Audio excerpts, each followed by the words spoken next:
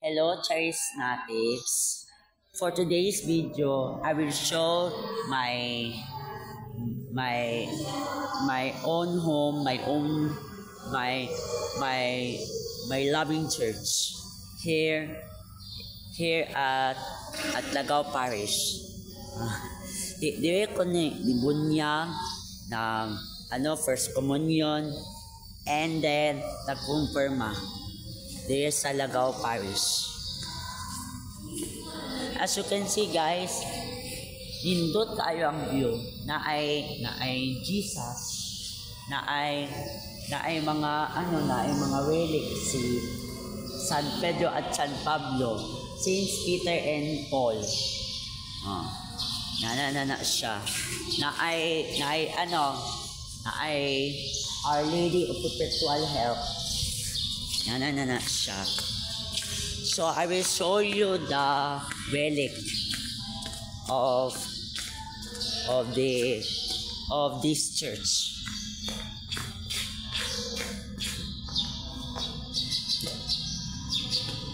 Here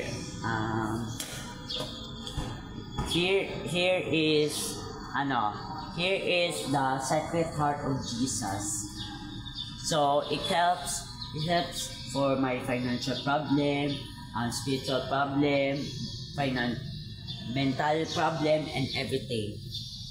So we take him as our Savior and our Lord. So we go to the second relic.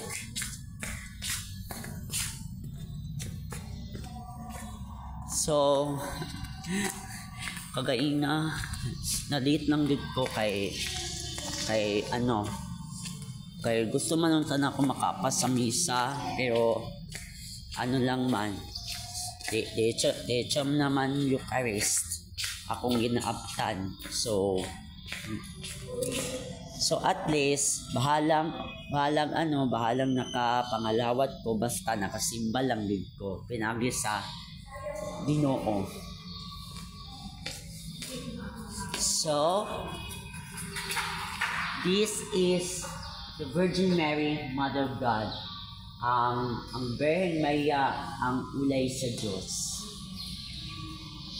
Siya din ang atong mananabang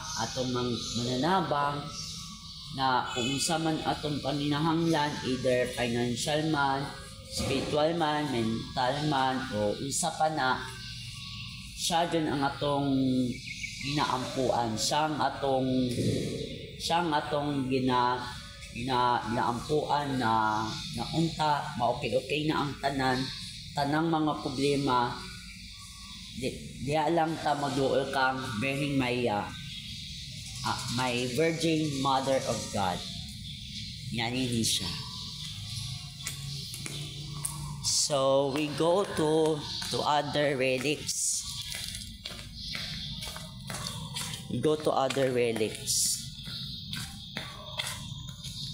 So wala na yung mga tao, kay man naman ang misa. Praise the Lord.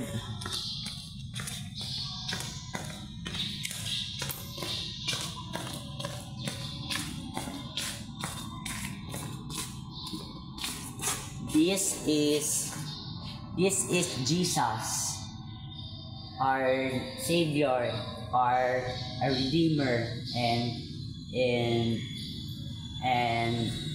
our Savior in the world. Kung nainahanglan naman ta kang Jesus, either naatay problema kung sa pana, duol lang ta sa iyaha para tagaan kita o maayong grasya tungod sa iyaha. Kung unsa man na itong mga problema, doon lang ta kang Jesus. Salig lang ta sa iyaha, kay siya man atong manuluwas siya yun napakasakit, pakamatay tungod sa atong mga sala nato. Kaya gipalangga jud ta ni Jesus kanatong tanan. I love you, Jesus. So ang ano ang kanya ginakuha niya siya sa manguros. Even kani kang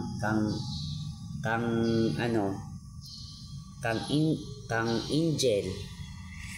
Bale gi ano na ako gi sangalan sa mga sanap sa Espiritu Santo na ako ang water nagibasbasan. Mao na siya. So na ay resurrection of Jesus. And the chaplet of divine mercy. Kada adlaw na ko na ginaampuan ang chaplet of divine mercy kay tungod sa mga grasya ni napaabot ka na ako o kung unsa man ang akong mga problema, mga struggles, mga trials sa akong kinabuhi na adlaw-adlaw gina ko ng pag-ampo sa chaplet of divine mercy. Pinaagi sa tabang niya na kuan yun ang akong mga na sulbad yun ang akong mga problema and hoping na unta matagaan pa niya kung maayong grasya pinaagi sa pag-ampo sa chaplet of divine mercy. Yan na siya kasimple. Ayes, hindi hapon ang angel na gibasbasan o sa panguro sa ngalan sa Espiritu Santo. Pinagi aning tubig na dibasbasan. Yan na siya.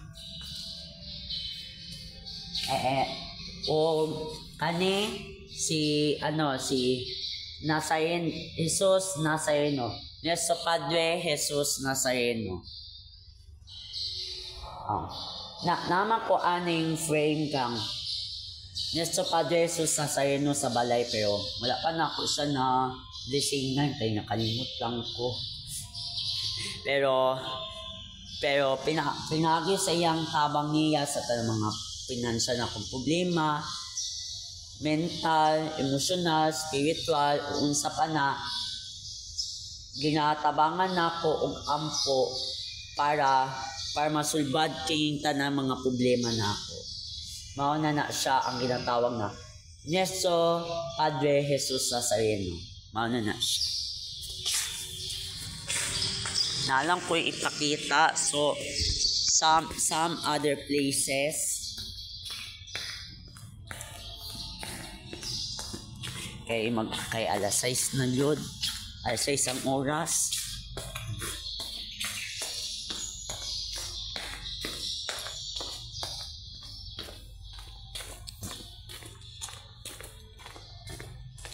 Show you.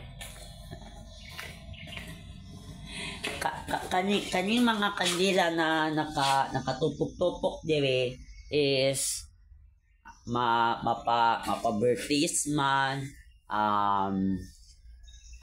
before graduation or unsa pa na dire jud permanente na kalamang ampo kita para sa kung sa mga birthdays payas mga prayer intention kaya mga sakit, mga sa pag-eskwela o unsa pa na, and then sa graduation na ang ginaampuan na unta na malampuson ang pag-eskwela ang pag-eskwela o unsa pa na makalingkawas yun sa pag-eskwela inana ra na siya. So bali ginaampuan na jud siya kada birthday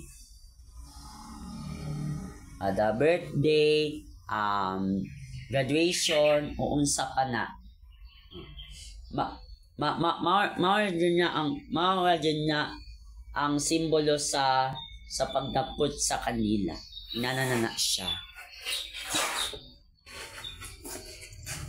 So naadere ang pag-ampo. Basaw na ako. Pag-ampo. Bulahang Ginoong mahal na Inang Maria, dawata kining ginagkutang kandila isip ko sa katumanan sa ako ang pagtuo o gugma kaninyo. Sama ni ining kandila ako nagabarog diha sa inyong presensya aron mahimok kinging kaayag ug kainit sa inyong gugma. Uban sa mga pangaliyo po nila San Pedro ug San Pablo, dungga ang akong gihangyo.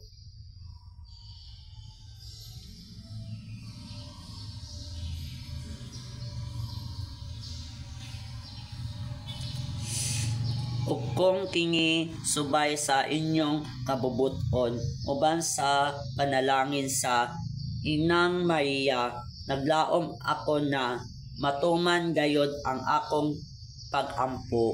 Amen. Mao na siya ang ginasulat sa pag-ampo para sa ginasindihan na kandila. So sa English prayer. Blessed Lord and my beloved Mother Mary, accept this burning candle as a sign of my faith and love for you. Even as this candle, I wish to stand in your presence, to be consumed in the light and warmth of your love.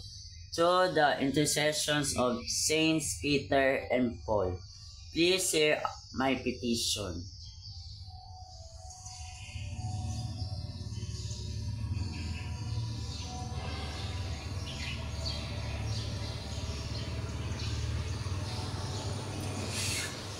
And if it is your will, grant my petitions. Amen. Mao na ni siya ang prayer sa English o prayer sa Bisaya. Inana na siya. So, magto kita sa last part sa Adoration Chapel. Para makaampo kita kung sa atong mga gasyang mapaabot ka nato. Ingana na siya. So nauman na nato pagbisita diri sa sulod sa simbahan o sa pagbisita sa kandila.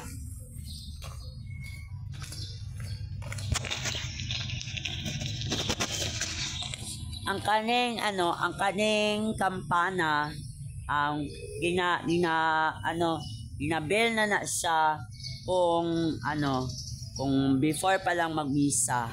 Pero pwede gud siya ginabel sa Eucharist.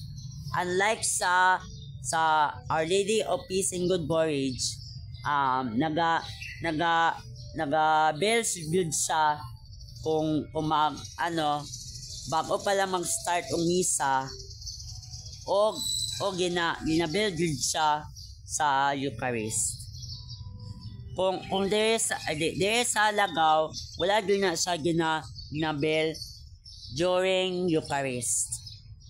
Ginabel na gud siya before pa mag misa.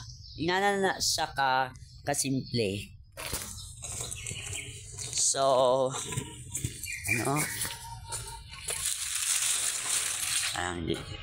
hindi lang pamagsama kay adoration man dun Holy Sacrament man dun So, sa sunod.